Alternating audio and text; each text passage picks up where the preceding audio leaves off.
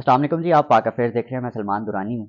ارشد شریف پہ پہلے بات کر لیتے ہیں کیونکہ سب سے پہلا اور امپورٹنٹ کیس اس وقت وہی ہے جو ڈسکس ہو رہا ہے۔ اس کے کچھ پوائنٹس ہیں جس پہ بات کرنی بہت ضروری ہے، لیکن ان پوائنٹس کو ڈسکس کرنے سے پہلے میں آپ کو وہ الفاظ دوبارہ یاد دلا دوں اور ان کو آپ کو ازبر کروا دوں تاکہ آپ کو یاد رہے کہ ارشد شریف کا مقصد کیا تھا اور ارشد شریف کیسے اپنی جان سے گیا اور اس نے کیسے سچ بول کر اپنی جان کی قیمت ادا کی اور کیسے وہ اپنی فیملی کو روتا چھوڑ گیا۔ اب تو خیر ہر پاکستانی ارشد شریف ہے اور اس کو یہ سوال کرنا ہے کہ وہ کون تھا۔ ارشد شریف سوال کرتا تھا کہ وہ کون تھا جو کہ آر سی او کا سہولت کار بنا، لیکن اب سوال یہ ہے کہ وہ کون تھا جس نے ارشد شریف کو قتل کیا؟ وہ کون تھا جس کو ارشد شریف جس سے خطرہ محسوس کرتا تھا؟ وہ کون تھا جس نے پاکستان کے اندر ارشد شریف کے خلاف دہشت گردی کی ایف آئی آرز کروائیں؟ وہ کون تھا جس کی وجہ سے ارشد شریف پاکستان چھوڑ کر گیا؟ وہ کون تھا جس نے ارشد شریف کو دبئی سے کینیا جانے پر مجبور کیا؟ وہ کون تھا جس نے ارشد شریف کو کس طرح ظالمانہ طریقے سے قتل کیا کینیا کے اندر؟ وہ کون تھا جو اب تک پوسٹ مارٹم رپورٹ اس کی والدہ کو نہیں دے رہا؟ وہ کون تھا جو بار بار ارشد شریف والے معاملے کو حادثہ قرار دے رہا تھا لیکن اب ہمیں یہ سوچنے پر یا اس چیز پر یقین کرنے کو کہہ رہا ہے کہ نہیں، وہ حادثہ نہیں تھا بلکہ وہ ایک قتل تھا؟ یہ سارے کا سارا وہ بیک گراؤنڈ ہے ناظرین جو آپ کو اور مجھے ازبر ہونا چاہیے، کیونکہ ہمیں یہ سوال کرنے ہیں اور ہمیں یہ جواب لینے ہیں۔ یہ ضروری نہیں ہے کہ جو چیز ہمیں دکھائی جا رہی ہو وہی سارے کا سارا سچ ہو، بلکہ اب چونکہ ہمارے اوپر ill informed کا ایک ٹیگ لگ چکا ہے تو ہمیں اب ثابت کرنا ہے کہ ہم ویل انفارمڈ ہیں۔ ہمیں سب پتہ ہے کہ کون کیا کیسے پلاٹ بنا کر ہمیں بیوقوف بنانے کی کوشش کر رہا ہے۔ بتاتا چلوں، پرسوں ہی رانا ثناء اللہ نے ایک پریس کانفرنس میں، جو کہ وزیر داخلہ ہیں اس ملک کے، ایک پریس کانفرنس میں اس چیز کو حادثہ نہیں بلکہ قتل اور ٹارگٹ کلنگ قرار دیا تھا۔ اور اب یہ پلاٹ ایک تھیوری کے مطابق جو ڈسکشن ہو رہی ہے، عمران خان صاحب کے خلاف ڈائریکٹ استعمال ہوگا کہ ارشد شریف کے قتل کے پیچھے عمران خان ہے اور سہولت کاری سلمان اقبال نے کی۔ یہ ان کا پلاٹ ہے، plot number 1، theory number 1۔ Theory number 2 جو کہ ڈسکشن میں آ رہی ہے وہ بھی بڑی امپورٹنٹ ہے، وہ یہ ہے کہ اس وقت جس وقت تمام چیزیں اتنی ٹینشن کا شکار ہیں، گورنمنٹ ایک طرف پوسٹ مارٹم رپورٹ ارشد شریف کی والدہ کو نہیں دے رہی، چھپا رہی ہے، کچھ اطلاعات کے مطابق ملائن کر رہی ہے، ان کو چینج کر رہی ہے، ایک دم سے گورنمنٹ وہ تمام چیزیں کامران شاہد کو کیسے آن ایئر کرنے پر کہہ دیتے ہیں کہ جی آپ یہ ایک آن ایئر کر دیں۔ اس تیر کے کئی شکار ہو سکتے ہیں، لیکن ایک پر بات اور ہو رہی ہے اور وہ بات ہے کہ اسٹیبلشمنٹ کو کوئی بلیک میل کرنا چاہتا ہے، اور وہ کوئی نہیں ہے، یہ گورنمنٹ ہی ہے۔ اور کہا یہ جا رہا ہے، ڈسکشن ہو رہی ہے، بہت سے لوگوں کی یہ رائے ہے کہ گورنمنٹ جو امپورٹڈ گورنمنٹ ہے اس وقت، وہ تقرری اپوائنٹمنٹ کے معاملے پہ جلد سے جلد اپنی مرضی کروانا چاہتے ہیں اور وہ اپنی مرضی کی اپوائنٹمنٹ جلد سے جلد کروانا چاہتے ہیں۔ اچھا، ایک خبر یہ بھی ہے لنڈن سے کہ 30 تاریخ تک، مطلب 29 نومبر تک یہ فیصلہ ہونا ہے، تقرری کا معاملہ حل ہونا ہے، لیکن گورنمنٹ اس وقت بلیک میل کر رہی ہے کہ ایک تو ہماری مرضی کی اور دوسری جلد از جلد، مطلب مڈ آف نومبر، مطلب کہ اگلے ایک ہفتے کے اندر اندر اس معاملے کو حل کروانے کی کوشش کی جا رہی ہے۔ اس لیے یہ بلیک میلنگ کا چکر لنڈن سے چلا ہے، لوگ یہ کہہ رہے ہیں۔ یہ تمام وہ چیزیں ہیں جس کا تعلق ارشد شریف والے کیس سے ہے، اور مجھے تف ہے ان لوگوں پر جو کہتے تھے کہ لاشوں پر سیاست کرتا ہے تو عمران خان کرتا ہے۔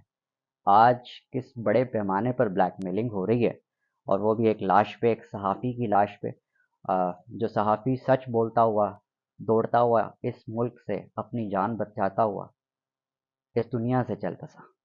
یہ تھی स्टोरी नंबर 1। स्टोरी नंबर 2, अब ये इमरान खान के ऊपर जो हमला हुआ उसके खिलाफ झपट पड़े हैं, जिस तरह नहीं गिद्ध होते कि अब जी इनको मौका मिल गया है कि अब ये इमरान खान के खिलाफ खुलकर खेलेंगे। मैं हामिद मीर साहब का आज कॉलम पढ़ रहा था, मैं बड़ा हैरान हुआ। मीर साहब जनाब ये प्लॉट कर रहे हैं कि इमरान खान शायद ये झूठ बोल रहा था कि उसको गोलियां लगी हैं। मुझे तो ये तासुर मिला है उनके कॉलम से। और मीर साहब ये पोर्ट्रे करने की कोशिश कर रहे हैं। आज बड़ी तफसीली एक उन्होंने राइटअप लिखा है, लेकिन एक बात बता दूं, ये राइटअप एक प्लॉट का हिस्सा है जो आज का कॉलम है जंग का, मीर साहब का। कल डॉन का एडिटोरियल इस चीज़ की डिबेट का को ओपन किया उसने, और वो ये था कि खान साहब को इंटेलिजेंस एजेंसियों के अंदर से कौन खबरें दे रहा है। आज के कॉलम में उनको सरकश अनासिर करार दिया गया हामिद मीर की तरफ से। वो लोग जो इमरान खान साहब को जिन्होंने हमले की खबर दी कि आप पे जुमेरात या जुम्मे को या किसी भी दिन हमला हो सकता है, ये इमरान खान ने अमरीकी आउटलेट को इंटरव्यू देते हुए कहा कि मेरे जो ज़राए हैं वो इंटेलिजेंस ज़राए हैं। इसका मतलब अ, तो अब इस पे सवाल उठाए जा रहे हैं। इस पे सवाल ये उठाए जा रहे हैं कि जी वो लोग जो खान साहब की एजेंसियों के अंदर जो बैठे लोग मदद कर रहे हैं वो सरकश अनासिर हैं, उनका सर कुचलना चाहिए। यह हामिद मीर का कहना है, और हामिद मीर साहब जो हैं वो इसकी इस पूरे बयानिए को बनाने में इस वक्त सबसे आगे हैं, सबसे आगे। इमरान खान साहब के ऊपर जो हमला हुआ उसको मतनाज़ बनाने की ऐसी कोशिश की जा रही है, ये तो डे वन से, लेकिन अब ये ज़ोर पकड़ रही है। दरख्वास्त जमा करवा दी है कि जी इमरान खान के ऊपर बगावत का मुकदमा होना चाहिए, क्योंकि उन्होंने जो सीक्रेट एक्ट की खिलाफ वर्जी करते हुए इंटरनेशनल मीडिया को ये बताया है कि मेरे इंटेलिजेंस ज़राए जो हैं वो इंटेलिजेंस एजेंसियों के अंदर बैठे हैं। ये कुछ चीज़ें ये लोग साबित करने की कोशिश कर रहे हैं कि खान साहब को जो गोली लगने का वो एक क्लेम है वो गलत है। खान साहब गलत कह रहे हैं, खान साहब को गोली नहीं लगी, पहला क्लेम। दूसरी चीज़, अगर तो ये हमला हुआ है तो वो बेचारा जिसने गोलियां मारी हैं, जिसने हमला किया है, वो उसका अनफरादी मामला है, और ये एक मजहबी मामला है। इसका ताल्लुक पिछले पीछे से कहीं से भी नहीं है, वो कहीं से कंट्रोल नहीं हो रहा। तीसरी अहम चीज़ वो ये है कि खान साहब झूठ बोल रहे हैं कि उनके जो क्लेम है वो 3 लोगों के ऊपर जो उनका शक जा रहा है उस पर वो एफआईआर करवाना चाह रहे हैं, और उसको डेड माइनस करने के लिए ये लोग इंटरनेशनल मीडिया के इंटरव्यूज़ का बड़ा चर्चा कर रहे हैं। लेकिन आप ज़रूर गौर से सुनिए और इन लोगों के प्रोपेगेंडे को खुद माइनस करें कि ये लोग क्या कह रहे हैं। खान साहब हर चीज़ बड़ी डिटेल से बता रहे हैं। वो अलग बात है कि हामिद मीर तक सिर्फ एक व्हाट्सएप पर टोटा मिलता है उनको कि जी ये खान साहब ने कह दिया, और खान साहब और हामिद मीर साहब पूरा इंटरव्यू सुने बगैर जो है उस चीज़ को कोट करके अपने कॉलम में भी लिख देते हैं कि जी इमरान खान साहब ने जो कहा, हा हा हा हम तो बहुत पहले कह रहे थे, ये चीज़ साबित हो गई है। तो ये तमाम चीज़ें वो हैं जो कि इस वक्त ये लोग इन्फोर्स कर रहे हैं, और अब इनका जो अगला खेल होगा वो ज़्यादा ख़तरनाक होगा, क्योंकि खान साहब ने भी इस वक्त जो है वो इरादा कर लिया है। इंटरनेशनल मीडिया पे वो इंटरव्यूज़ दे रहे हैं, और वो वक्तन फ़वक्तन एक से बढ़कर एक लीथल इंटरव्यू होने जा रहा है।